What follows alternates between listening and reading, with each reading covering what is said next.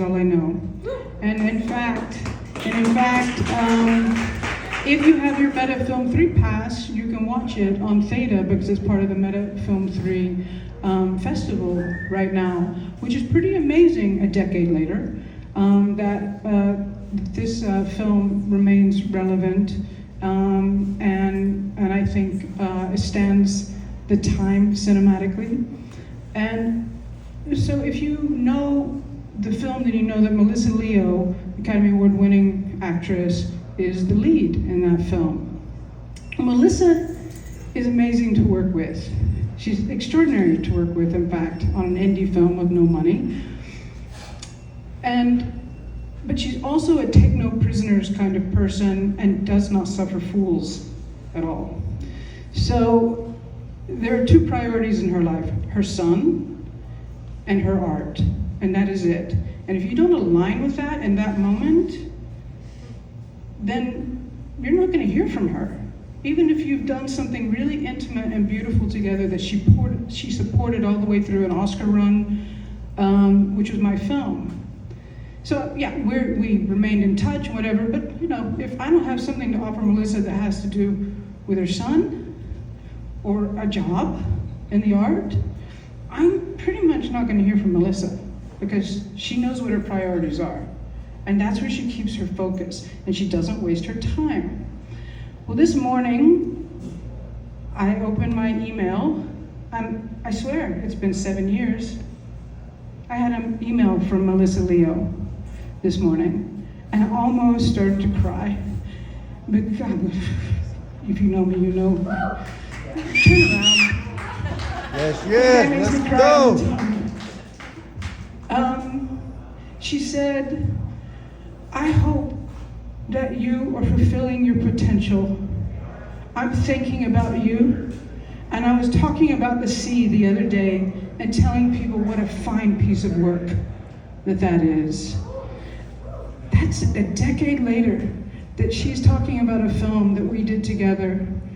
And so I guess what I'm trying to do to say to you and put this in context is not only did it remind me of my path, that I make pretty fucking good films, but not to stray from my path, and not to put other people in front of my own well-being and path. And I share that with you because I think that all of us as artists need to remember this when we want so much to make a better future. The Film 3 movement came out of this decade of pain points of me not being able to make my feature film because of whatever systemic reasons there are. And I know that you know that, and that you know that, and that you know that, and like you know that. I know that we share this moment on why we're here, and we have conviction that Film 3 is a better future for filmmakers because it comes out of our pain points. And that we honestly believe in the ethos that creating a future that puts creators first is the future that we need. That understanding that we don't need these systems and these studios. And so I really believe that Melissa came as an angel this morning in my inbox to remind me of what I do really well, which is make films, and that I was put on this earth to make my next film, which will come out of this Film 3 movement.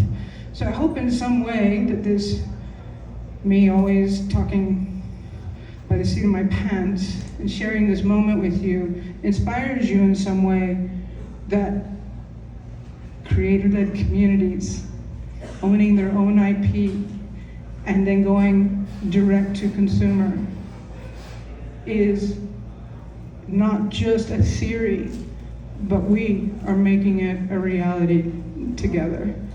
So thank you for bringing your pizza in here and listening. I